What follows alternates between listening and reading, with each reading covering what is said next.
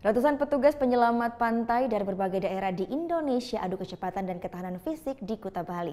Mereka harus keluar menjadi yang tercepat dalam ajang Lomba Balawista serangkaian Festival Bahari Badung 2018. Lomba Run Swim Run mengawali rangkaian perlombaan balawisata yang berlangsung di Kuta Bali.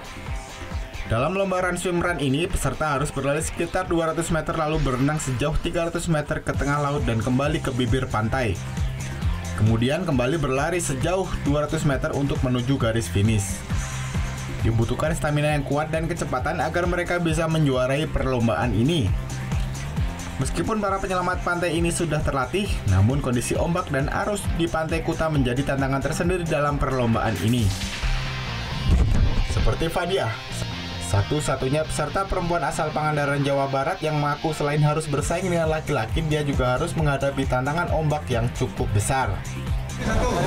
Kesulitannya di situ, pas masuk banyak palung di bawah, terus ombaknya juga begitu besar, susah juga buat meloloskan diri dari ombak itu. Pas pulangnya juga sama. Selain Run Swim Run, ada juga perlombaan Beach Flag. Para peserta harus diuji kecepatan dan ketepatannya untuk mengambil stick yang ditancapkan di permukaan pasir. Kegiatan ini selain juga untuk memeriahkan Festival Bahari Badung 2018, juga sebagai media untuk menguji kemampuan masing-masing peserta.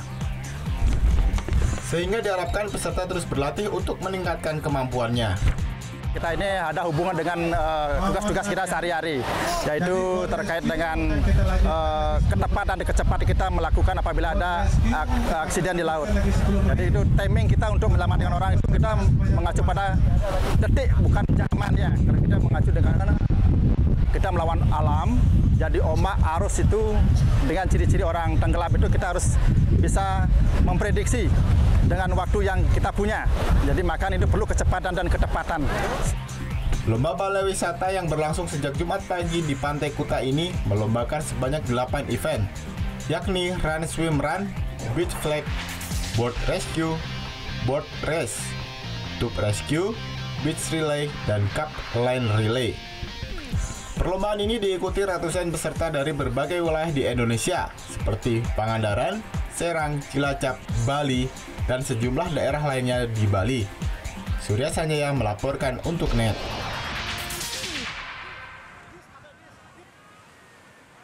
Oh iya beneran?